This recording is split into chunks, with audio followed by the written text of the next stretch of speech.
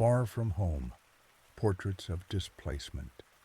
Written by Gabriel Ndayishimiye. Chapter 1. The Hierarchies of Exile. The library's warmer than the street, and your hands start to sting as the blood comes back. You pull your coat tighter and rub your palms together, still shaking off the cold. You didn't plan on being here. You were supposed to meet Jamal for coffee, talk about the warehouse job he might be able to set you up with. But he didn't show. Not the first time. Probably not the last. You don't blame him. People are tired of making promises they can't keep. You figured you'd warm up in the library before heading back to your flat. It's small and cramped. Just one room above a chip shop that smells like burnt oil. It's a place to sleep, that's all. You don't keep much there. A cot, a chip table, a few books you picked up from a charity shop. Nothing that says home. You stopped thinking about that word a long time ago. You find a spot near the radiator and look around. The library's bigger than you remember. Brighter, too. They must have put in new lights since the last time you came. There's a sign in the lobby about a refugee welcome event, but you ignore it at first. Just more speeches, more polite applause from people who don't know what they're clapping for. You're just about to pick up a newspaper from the rack when you hear a voice. You recognize it right away. Khalid. He's speaking from a podium at the far end of the room, his voice carrying through the atrium. You freeze, caught between staying and leaving. You've known Khalid for years, decades, really, since back when you both landed in London around the same time. He came from Mali. You from Uganda. You met at the shelter when they stuck you in the same room for a month. You used to talk all night about home, about your families, about how you thought the worst was behind you. You used to share food when the volunteers forgot your floor. It's been so long. God knows how many years since you last saw him. 30, maybe. More. You try to do the math in your head, but the numbers tangle up. You don't know how time works anymore. Not in the way it used to. Back then, you were both fresh out of university, young and full of wild ideas. You thought you'd made it. You really did. After everything it took to get out, after the camps and the interviews and the long dark nights when you thought you'd never get anywhere. And then London, where life was supposed to start over. You thought you'd reinvent yourselves, become something new. It didn't turn out that way. Not for you anyway. Khalid did it, though. He got it right. You hear it in his voice. Smooth and strong. Practiced, but not too practiced. Like he knows how to make it sound genuine. He's wearing a sharp, dark suit, the kind that looks expensive but understated. His beard is neat, his hair graying at the temples in that dignified way that makes people listen. He doesn't look like a refugee anymore. He looks like someone important. You haven't seen him like this before. Like a man who belongs. He's saying something about starting over, about finding purpose in the chaos. You lean back against the wall and listen, half hidden behind a book display. He's telling them about the early days, how he left Mali when the soldiers came, how he saw his brother gunned down in the street and didn't have time to mourn because they were coming for him next, how his father told him to run and how he didn't look back. You remember him telling you that story years ago, but his voice was different then. Lower, like it hurt to get the words out. Now he sounds almost proud, like he's made peace with it. You're not sure how to feel about that. He talks about making it to London, about working every job he could find, washing dishes, scrubbing toilets, unloading delivery trucks. He talks about saving up for night classes, about finishing his degree and getting his first real job at the community center. The audience is quiet, hanging on every word. You can feel how much they love him for it. A success story, a man who took the worst life could throw at him and turned it into something beautiful, a symbol of resilience. You can't help but feel proud of him, but it aches in a way that's hard to explain. You never made it out of those years. You never found your way to a place where people would listen to you like that. You kept moving from one rented room to another, picking up odd jobs, working cash in hand, doing what you had to do to keep a roof over your head. You never found the thread of success that Khalid did. You don't even remember when you stopped trying. You just kept living, day to day, until the years swallowed you whole. You think about university, how you both got in on scholarships after escaping the war back home. How you would sit in the library late at night, debating philosophy and literature like it mattered. You used to tell Khalid that words could change the world. He used to laugh and say you were too idealistic. You can't eat ideas, he'd say. You can't pay rent with poetry. But he'd smile when he said it. You knew he didn't really think you were stupid, just naive. Maybe you were. You wanted to write.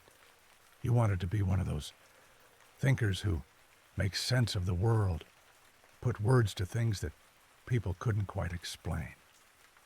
You thought if you just kept at it, it would come together one day. But it didn't. Life kept slipping through your hands. You didn't know how to hold on to anything that mattered. You can't tell what hurts more, seeing Khalid up there, successful and dignified, or knowing that you're still stuck in the same place you were 30 years ago. You're proud of him, but it feels like looking into a mirror that shows the man you could have been, the man you should have been. He's telling them about the foundation he started, about the scholarships for young refugees, about the new housing project they're working on with the city council. They're eating it up, nodding and wiping at their eyes. He talks about gratitude, about how London gave him a second chance, about how he owes everything to the kindness of strangers who believed in him when he didn't believe in himself. You know that speech by heart because you've heard versions of it 100 times from 100 different people. You know how they want it to sound. He finishes by thanking the city council and the local college, saying how grateful he is to be given a second chance. They clap like it's a performance well done. You see a few people wipe at their eyes. They love him for it. How clean and triumphant he makes it sound. You know, Khalid doesn't believe half of it. Not really. You've seen him on his bad days, the ones where he couldn't get out of bed, where he didn't speak for days, because the guilt got too heavy. You think about how they love to hear about refugees making it, like it redeems their own indifference. They want to believe that the broken men and women stumbling through the shelters will all find happy endings if they just work hard enough. They don't want to know about the ones still in camps or the ones who never left. They just want to know that some people made it out, that London took them in and made them whole again. It's easier that way. You hate how Khalid's story has been polished to fit what they want to hear. You hate that he had to do it, but you know why he did. You slip out of the library before he sees you, hands shoved in your pockets. You don't know why you're moving so fast, why your hands are shaking like you just got caught stealing something. You push through the glass doors and out into the rain, feeling like a coward. You keep your head down and your coat pulled tight, shoulders hunched against the wind. You tell yourself it's just the weather, making you feel raw, but you know better. The sky's coming apart, heavy rain that splashes against the pavement in thick, angry drops. You step off the curb without looking and almost get clipped by a bus, the driver leaning on the horn and shouting something out the window. You don't even flinch, just keep walking. You feel hollow. You feel like someone peeled your skin off and left you raw and bleeding for everyone to see. You cross the road and lean against the wall of a boarded-up pub, rain streaming off the awning and hitting your shoes. You look back at the library and half expect to see Khalid coming out, looking for you, but no one's there. Just the glow of the lobby lights and a few people moving around inside, smiling and shaking hands, proud of themselves for having been part of something good. You feel petty. You feel small and bitter, and it makes you hate yourself even more. You should be proud of him. Khalid made it. He got out of the mess and built something real. You should go up to him and shake his hand and say, "I'm happy for you, brother." But you know you won't. You know you can't do it without feeling like a fraud. You remember that night at the shelter when he first told you about his brother, how the soldiers gunned him down in front of the house. Khalid's voice was so flat, like he wasn't even talking about his own life, just reciting some old story that didn't belong to him anymore. You didn't know what to say back then. You just sat there, feeling like your own stories didn't even compare. You thought about your mother, lying face down in the dirt behind the house, and how you didn't have the courage to go back and make sure she was dead before you ran. You never told him that part. You never told anyone. And now Khalid's a success story. He's the man they hold up as proof that it all works out in the end. He's on panels and at fundraisers, shaking hands with councilmen and donors. They need someone like him to make it look like they're doing something right. You hate that they've turned his pain into something they can be proud of. But you hate more that he lets them. You wonder if he knows what he's doing. Maybe he does. Maybe he doesn't care. Maybe he just got tired of fighting the way you did. You think about how they love that story. They love seeing someone who made it through the fire and came out shining on the other side. It makes them feel good, like they're part of his triumph just by being there to clap for it. You hate them for needing it to be pretty. You hate them for making Khalid turn his life into a goddamn monument to survival. The rain's coming down harder now, and you're soaked through, but you don't move. You just stare at the library, half hoping he'll come out and half hoping he doesn't. You don't know what you'd say if he saw you. Maybe you'd tell him he looked good up there. Maybe you'd tell him you hated every word. Maybe you wouldn't say anything at all. You see a woman leaving with a flyer in her hand, her umbrella bending in the wind.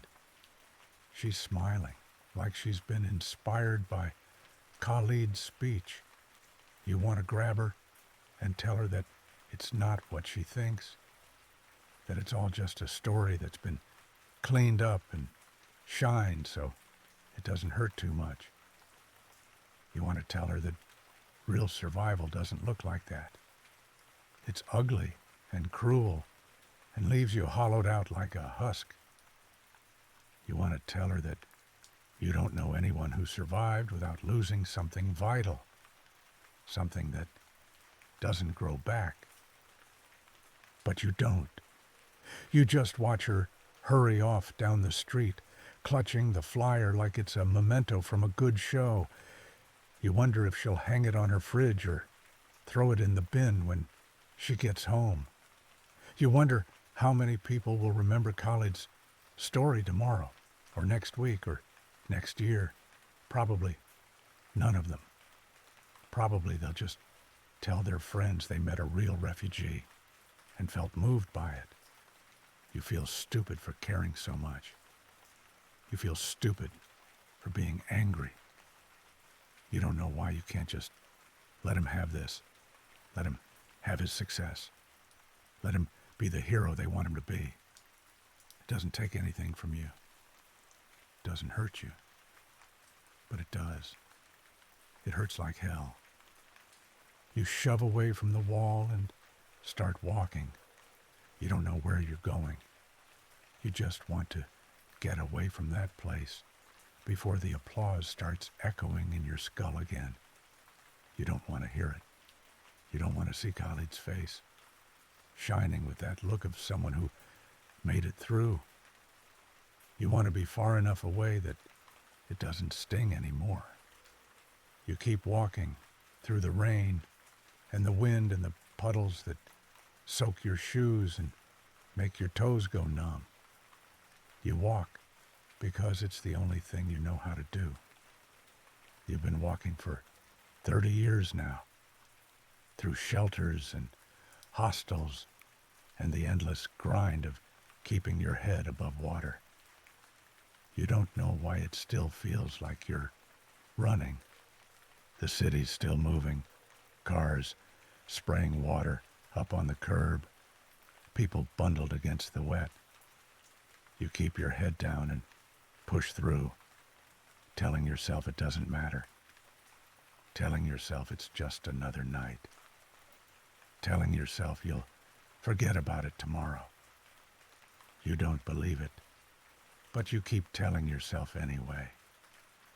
You take the long way back to your flat, past the river, where the lights bounce off the surface in crooked lines. You lean on the railing and look out at the water, trying to calm down. You feel like a fool, angry at Khalid for doing what you couldn't, angry at yourself for being jealous. You feel small and bitter, and the rain keeps pounding down like it's washing the whole city clean. You wish it would wash you clean too. You breathe in the wet, heavy air and let your shoulders drop. You're not mad at Khalid. You know that. You're mad at the world for needing him to be something he's not, for needing you to be something you never were. You know you'll never have a story like his.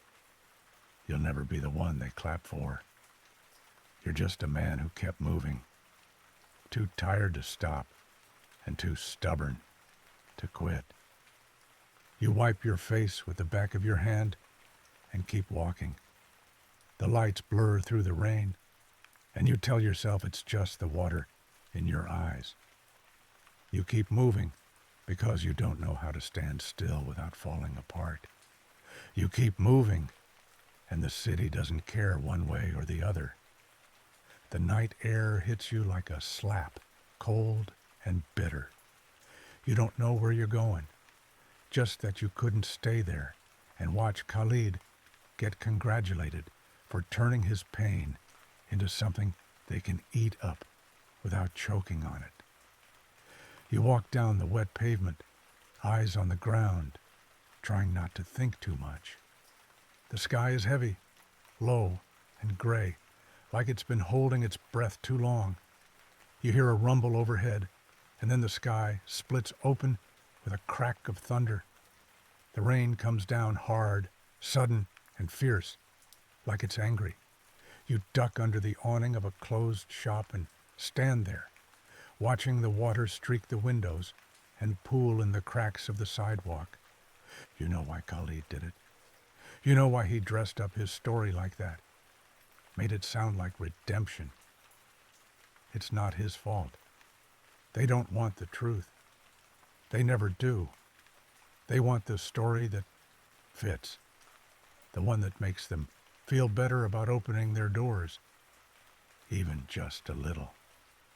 You hate that he gave it to them, but you hate yourself more for being angry at him. Thunder rolls again, and it feels like the whole sky's coming down on you.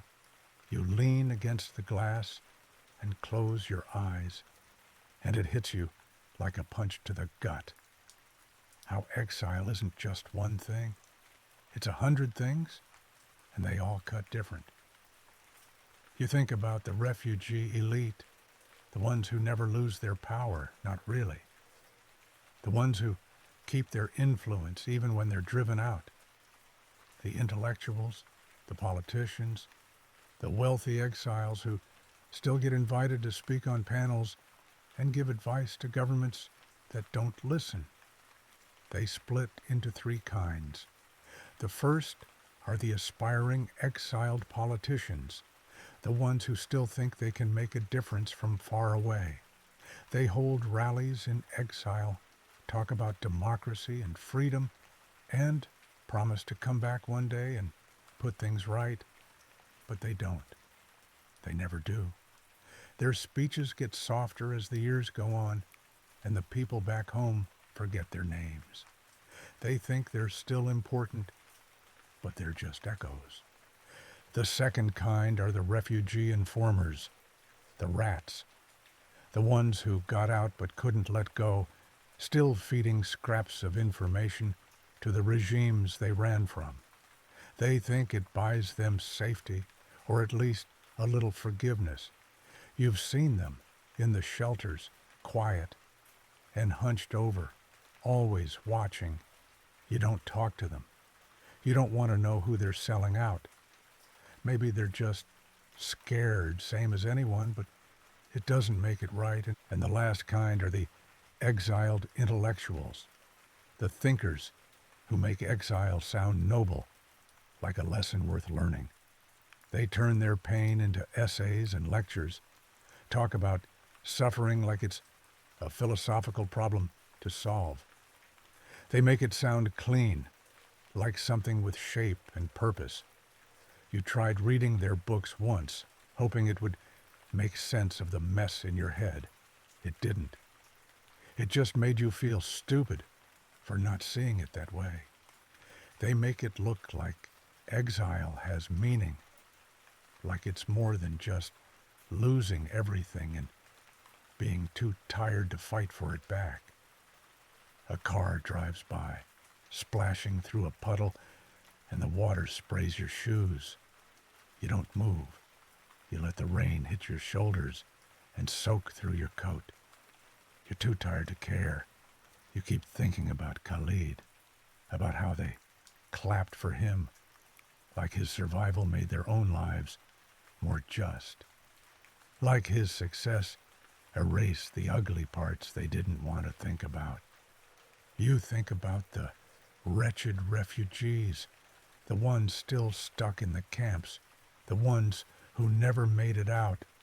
You remember some of their faces from the shelter, men with hollow eyes and women who held their children like they were the only things keeping them tethered to the world.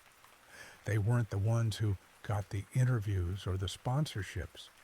They weren't the ones who learned English fast enough or made friends with the volunteers. They just stayed day after day, waiting for something that never came. Nobody wants to hear their stories because they're too raw, too endless. There's no triumph in them, no redemption, just waiting, just staying alive for one more day. The shelters would close down or move, and you'd lose track of them. But you always knew they were out there somewhere. still stuck in the mud, still hoping for someone to notice. You never went back to find out what happened to them. You couldn't stand knowing they never got out. You were one of the lucky ones, and you hate yourself for that too. But it's not just them. It's the asylum seekers too. The ones who make it to the edge of safety and then get held there, suspended like insects caught in amber. They get stuck in detention centers or in legal limbo, waiting for someone to decide if they're worth saving. You remember how it felt when you first got to London, sitting in that intake office with your papers in a trembling hand, trying not to look too desperate, trying to sound coherent and grateful, and not like you were ready to fall apart. You knew it wasn't guaranteed. Nothing was. You heard about people who got sent back after years of waiting, people who thought they'd finally made it, only to be told they didn't qualify. You couldn't sleep for weeks, knowing they could pull the rug out from under you at any time. You can't imagine living like that for years, halfway between freedom and a prison cell, never sure if your story sounds sad enough to be saved. They make you beg for permission to exist, and if you don't do it right, they throw you back to die. The worst are the ones who get stuck in the system until they're so worn down they don't know how to live anymore. They stop speaking up, stop trying to push their way through the bureaucratic mess. They just sit and wait to be told yes or no. You think about how many people are out there right now, shivering on cold floors, clutching crumpled papers like they're the last shred of hope. You know the feeling. You remember it all too well. And then there are the unclaimed refugees, the ones who fall through the cracks entirely. No papers, no country, no future. People who got displaced so many times, they don't even know where they're from anymore. Stateless, no one to speak for them, no one to claim them. They're the ones who drift from camp to camp, country to country, always hoping that the next place will be the one that lets them in. But it never is. It never works out. You remember meeting one once, back when you were still new in London. His name was Amir. He didn't have papers, didn't even have a place to sleep most nights. Just wandered around looking for work that didn't ask too many questions. You asked him once why he didn't apply for asylum, and he looked at you like you were stupid. "I'm not anything," he said. "I'm not from anywhere." You didn't understand what he meant until much later. Until you met more people like him. People who had no proof they ever existed in the first place. You think about how the world just moves on without them, like they don't count. They get shunted to the edge of every system, never quite fitting in, never quite getting their stories straight enough to be believed. They live in shadows, hoping no one notices them, because the second they get noticed, they're in trouble. They're the invisible, the forgotten, the ones who don't even make it into the statistics. You wonder what happened to Amir, whether he's still moving from city to city, dodging border guards, or whether he finally gave up, whether he's still alive, whether anyone would notice if he wasn't. You feel the weight of it pressing down on you like a hand around your throat. All those lives balancing on the edge of nothing. All those people who never made it far enough to be clapped for. You know you're just one of the lucky ones. You know it wasn't anything special you did, just luck and timing and the right person giving you a chance. You hate that it feels like guilt, instead of gratitude. You hate that Khalid's speech made it all come rushing back like a flood, drowning you in memories you tried to bury. The rain's coming down harder now, hammering the awning and soaking the sidewalk. You stay where you are, hands shoved in your pockets, staring at the empty street. You don't know why you're thinking about all this now. Maybe because seeing Khalid up there, all cleaned up and speaking like he's made peace with it, feels like betrayal. Not because he did anything wrong, but because he's figured out how to survive without being angry all the time. He never learned how to do that. He just stayed bitter, stayed stuck, never quite moving on. You take a deep breath and try to push the thoughts away, but they don't go. They just sit there, heavy and unmovable, only to remind you that even if you made it out, you're still not free. You're still carrying it with you everywhere you go. The past doesn't let go just because you crossed a border. You know that now. You know it better than ever. You push yourself off the wall and start walking. You don't know where you're going. You just know you can't stay there, stuck under the weight of memories that won't let go. You walk faster, trying to outpace the feeling, but it keeps up with you, whispering in your ear about all the people you left behind.